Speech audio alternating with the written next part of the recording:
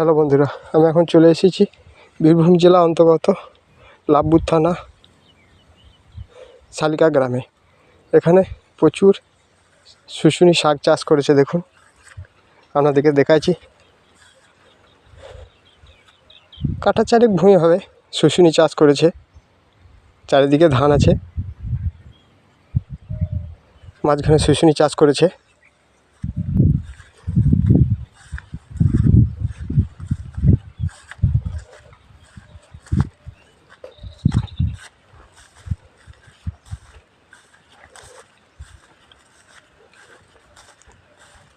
ধানের চাইতে শুশুনি লাভ আছে, তাই শুশুনি চাষ করেছে।